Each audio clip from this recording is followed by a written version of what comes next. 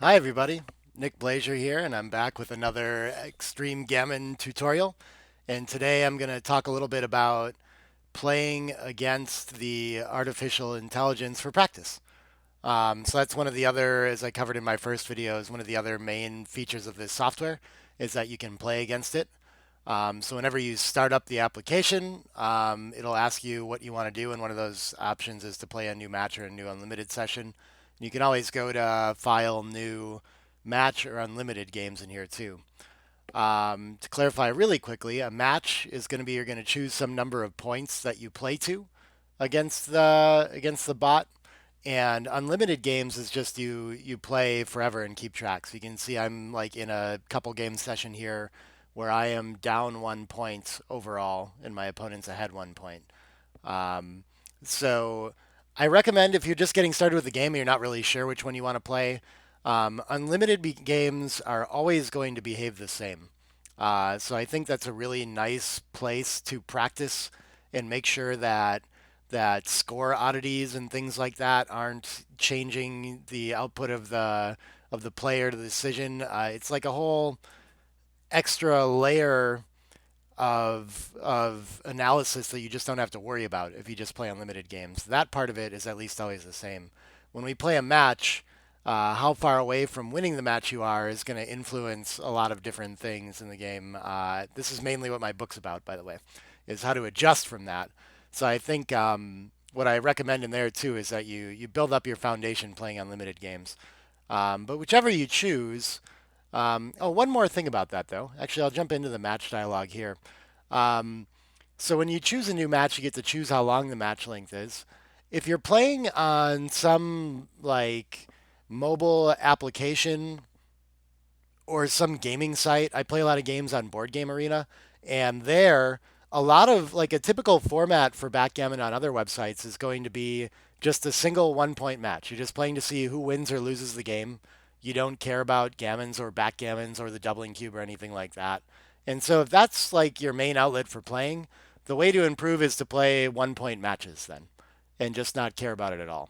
So you can come in here and make that a 1 point match, and then the cube will be irrelevant. Backgammons, gammons, all that doesn't matter at all. Or you can change the number of match points and play that way, of course. But you can see it brings up the same dialogue. So I'm going to switch it to unlimited games. Um, we have some options. Not Gammon's a variant, so you don't really have to worry about that as you're getting started off. I would leave Jacoby and Beaver Raccoon on here, but these are all just like cash game rules that don't matter too much. Jacoby rule just is like if you can't win a gammon unless you send the cube, which doesn't influence too much. But you can turn that off if you want to potentially play too good in unlimited games too. That's fine. Beaver Raccoon, XG is like never going to send you a cube where this will be relevant, but if you send a cube that's like where you're losing or an equity underdog after you send it, then your opponent can take it and turn it further. So if you send a 2 cube, they can turn it to 4. So if you want feedback about how bad your cubes are sometimes, then XG will beaver you occasionally. You can leave that on. But okay, those are the main settings there. On the players, this is if the top radio button there is checked and you have like a player name, then that means humans playing it. You can switch over to this XG radio button to have XG play instead. And so you can see here, if you want, you can just watch the bots play.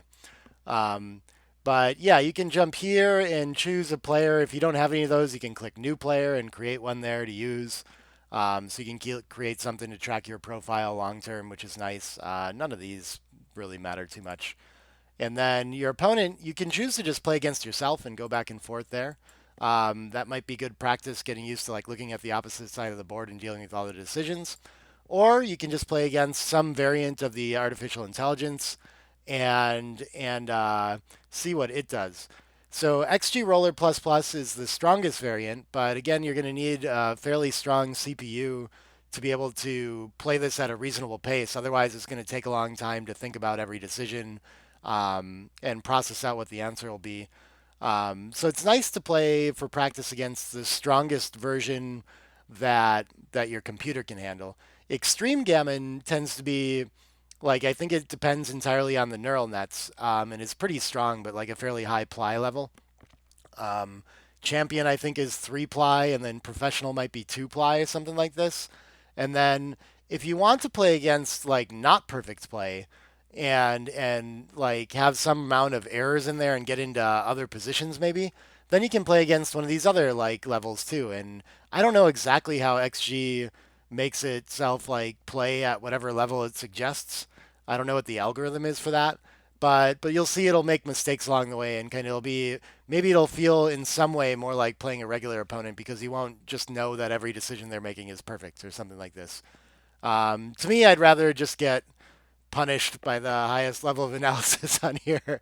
But but it's tricky. You want to pick something that's going to keep you motivated to play. And if winning sometimes is going to be like the motivating thing, then maybe you want to choose some like easier variant, because the I mean anything from basically like professional up is just relentless. I think it's going to beat basically any human being, and it's really frustrating and feels like they get lucky all the time. And so I don't know if that's too tilting for you. Choose a weaker analysis level, but I'll go ahead and leave it on XG Roller Plus Plus for me.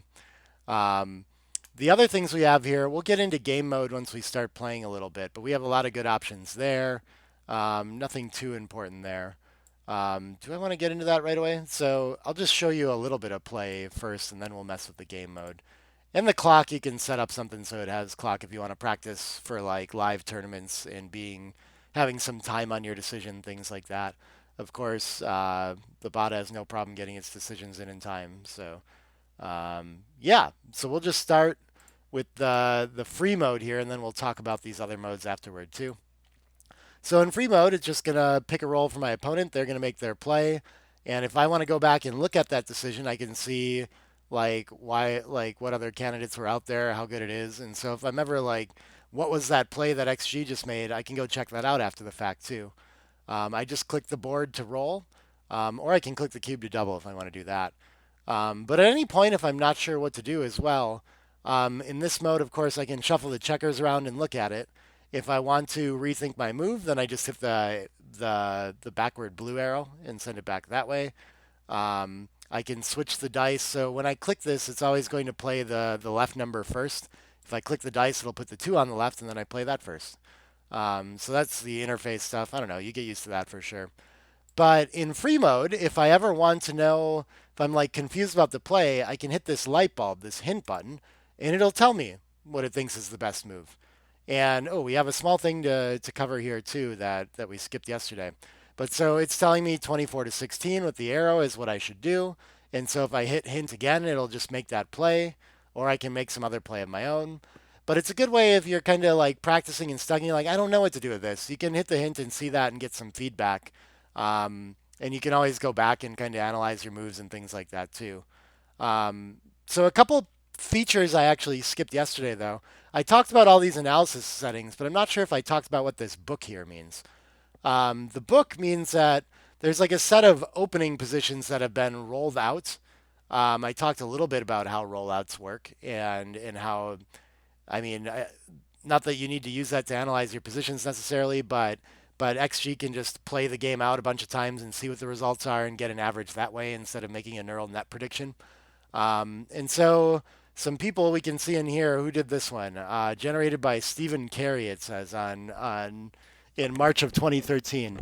So these rollouts, people have rolled out all the opening positions and a bunch of the second roll replies, all these things to a high extent. I forget how many. This is 23,000 games, so that's a pretty high amount of rollouts. It tells you exactly how it uses. But anyway, XG comes with a set number of like early game opening book references, where instead of like asking the neural net to evaluate, it just has almost an answer in there. So when you see this book, that means this one's been rolled out as the best play in the opening. If we look back at our opponent's first move, we can see there for sure that these are also all book replies and they've all been compared. And you also notice this arrow looking icon, the green and red. It's actually a bell curve they pointed out in the comments on the other one. Um, but when you roll out positions, Extreme Gammon will mark the best one if it comes out clearly the favorite with a green bell curve like this, and any clearly inferior move with a red bell curve like this. And if they're really close, you might see like a yellow or orange or something like that in there too. But if you're wondering what this analysis level means, this is the opening book. And you should also, when you first get this, actually, go into your help and check for update. And if I hop over there, yeah, I'll let this pop up for a second. It's probably going to have to connect there. But yeah, so mine tells me there's no important updates. But if you run this for the first time after downloading, it's probably going to give you some updates, and those will include the most up-to-date opening books. So if you don't do this, you might have slightly different results in some of these opening rollouts.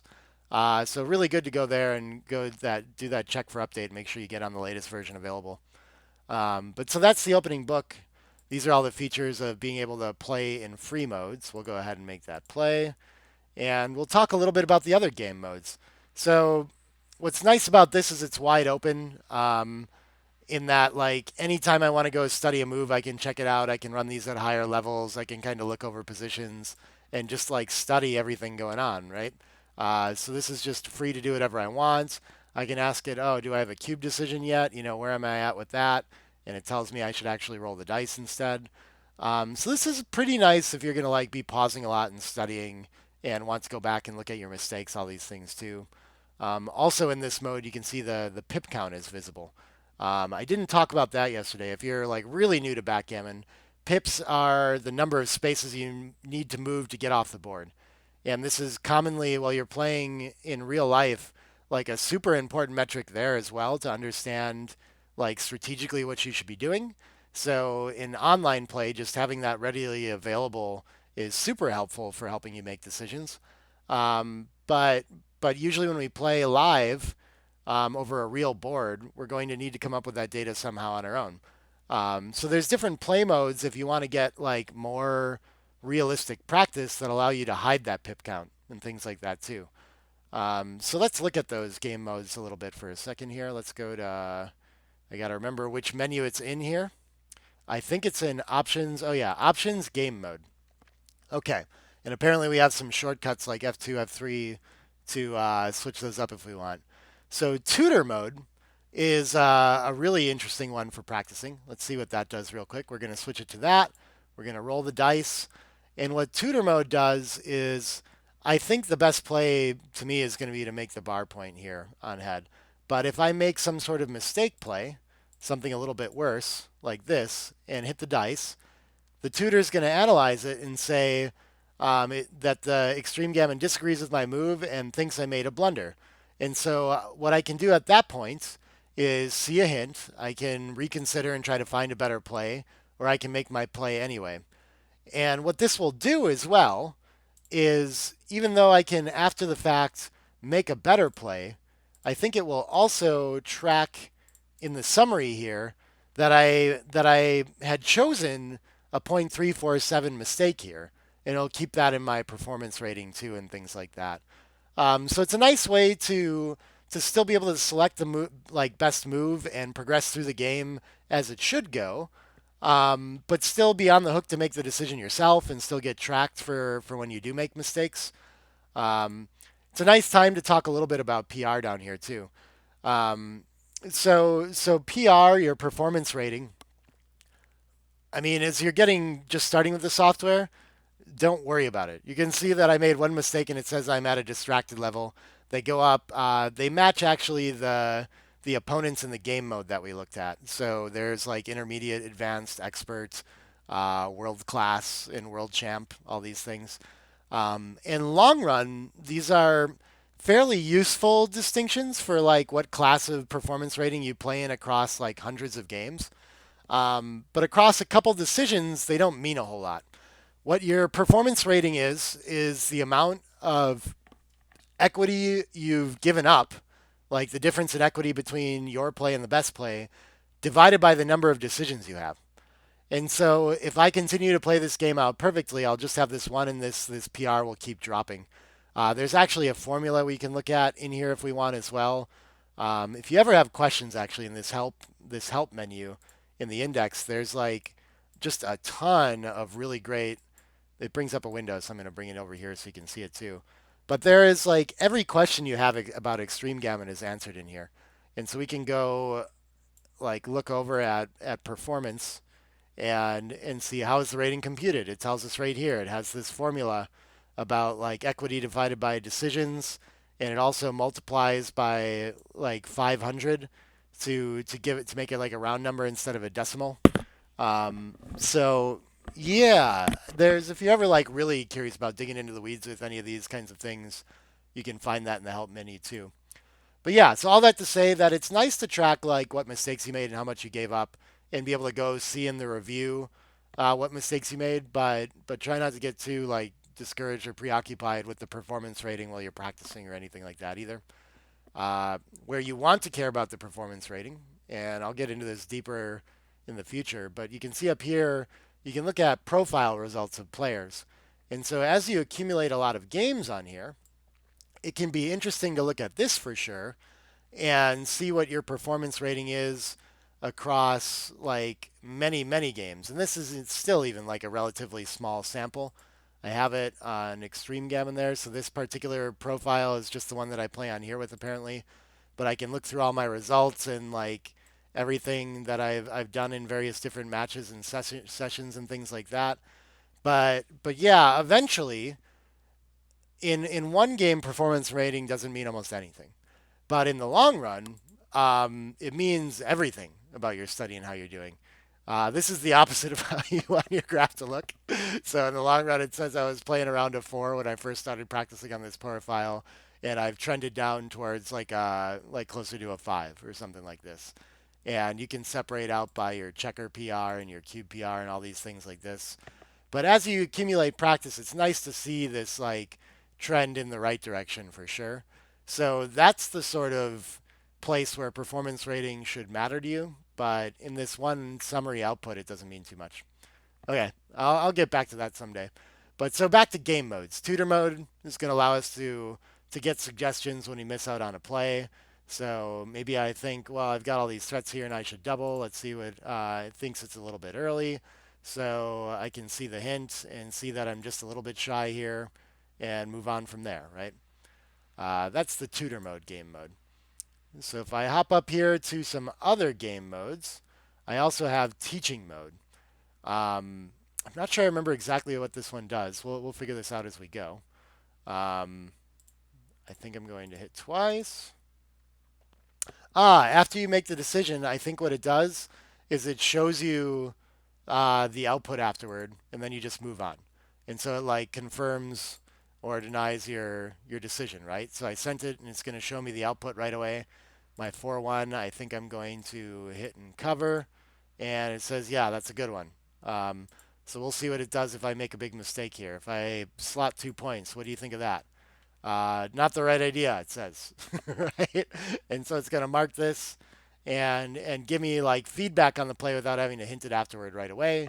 But my decision's still locked in, right? So that's teacher mode, which is kind of nice here too. Oh, it's pausing to show me that all I could do is enter with the 6-2. So what other game modes do we have? Let's hop over to coaching mode. Let's switch to this one.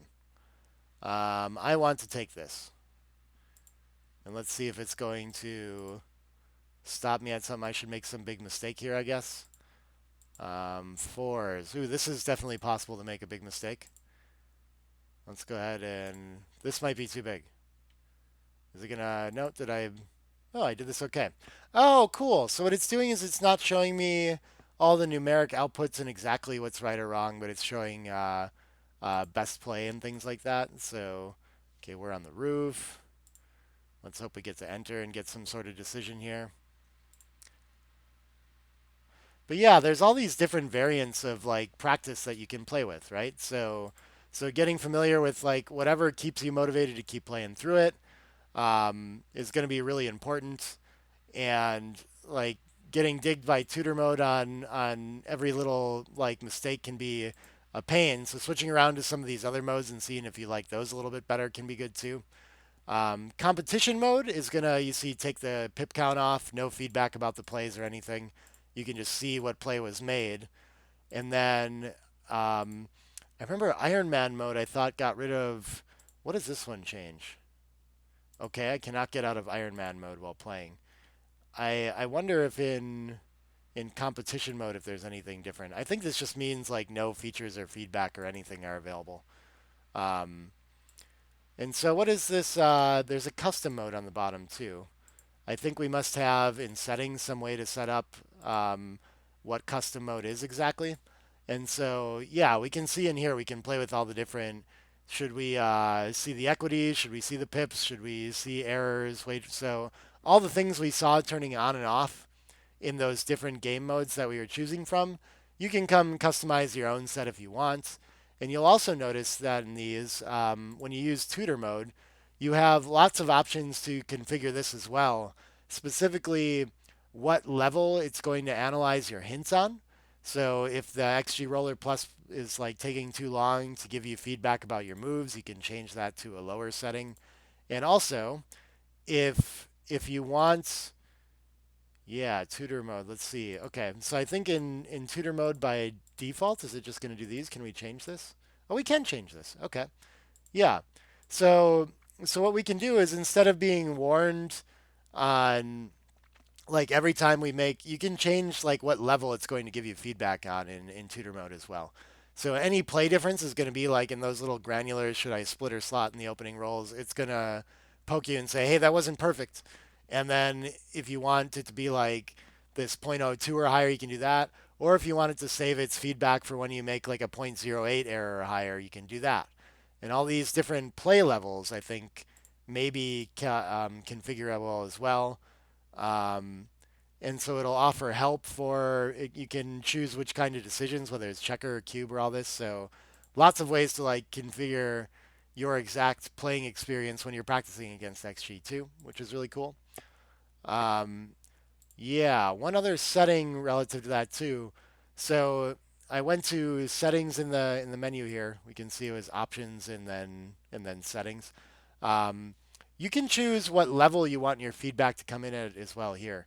So the default configuration, as I mentioned, is this point 0.02 to be marked as a green kind of mistake and a point 0.08 as red. So some of the top players will drop this down further. If it feels like too much, you know, you can increase this. So it's only giving you like green for point 0.08 or something like that. And red is like 0.20 or something like that. Whatever is going to be most useful for you. And then that may or may not affect like the tutor definition of errors and blunders too. I haven't played with that. Um, but okay. So these are all the different game modes and all the different feedback on here. I'm not allowed to get out of Iron Man mode after I switch, it says. So I can't switch back and forth in settings. I guess that makes a lot of sense. Let me see. Oh, let me move to free mode. It told me I wasn't going to be able to get out of Iron Man mode. That's funny. But I can see everything again in free mode. Okay, the last thing that you're probably going to want to know about this is like, what do I mean, let's just say I resign a backgammon in this position, and there's my summary for this, and I can either review it or continue. But what you'll want is to like keep these files for analysis later. You can still open this up some other day, walk through and see where your blunders were and kind of learn from this, and you can come up with systems to store these like mistakes or positions in different places. But if you want to just do it with Extreme Gammon, what you can do is go to File and Save or Save As, and you'll see I think the default is for these files to be saved in your Documents Extreme Gammon folder, and it will save them as a .xg file. And so if I save this Extreme Gammon file here, now I can always pull this up and come look at it in the future as well and study from my mistakes if I thought there was anything interesting in there. I can go through and do things like flag interesting entries as things that I want to review later. And I can also, so I could flag this position, and then I could also add a comment to it explaining I should make a point instead of double hitting. And if you know, Control S, like just save, this will all be saved in that XG file. And you can use all this information later when you're coming back to study these positions or try to learn from your mistakes. So it's very useful that way too, just being able to accumulate things there. So when you save a session like this, it's called, you get a .xg file. Just to go back to day one for a second, if I go File, New, Set a Position, well, I can also save the file after analyzing this, or just without analysis too. And what that's going to create in the same directory is a .xgp file. So instead of an extreme gammon file, in its extreme gammon position file. So this is another way that you can take out interesting decisions and save them. I'll show you one other thing that you can do with this too. If we go back to the session we just played and look at this, if I want to take a position out of here and turn it into an XGP file, I can. I don't know if it shows it in the menu here. I was going to see if I can copy out of here. But if you're familiar with like keyboard shortcuts, you can use Control and C on the keyboard to copy in Extreme Gammon. And then if I hit Control V to paste, it's going to paste in the position that I just copied. And now I've taken out the position from the session and paste it into just a single position. And I could save this for study on its own, pull it out that way. So those are nice features there. When you're doing things like this, it might be nice to pull up a separate instance of Extreme Gammon. It has no problem with that. You can always just have, so I can see right here, I have another instance of Extreme Gammon where I'm analyzing a match with my buddy Michi.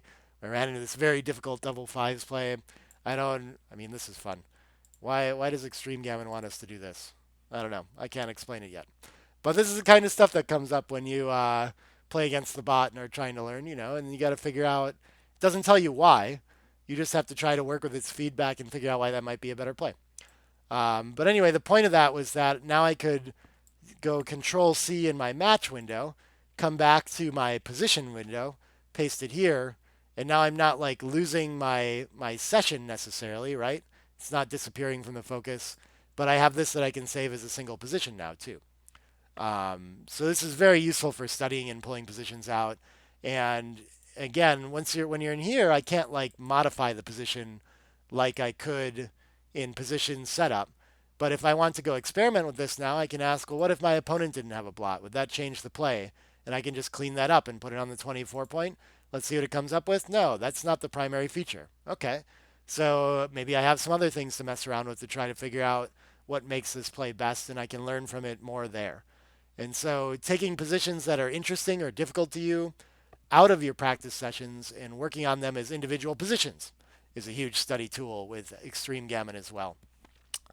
Um, I think that's a pretty good amount to cover for today. So I am going to leave it at that. I hope you enjoyed this tutorial on practicing against XG. If you have any questions about this, leave them in the comments. Message me, let me know what else you want to hear about. But yeah, I'm going to keep working on a series of these until I feel like I've covered everything that you need to practice in Extreme Gammon. So I hope this is helping. Let me know. And yeah, happy backgammoning, everybody. Bye now.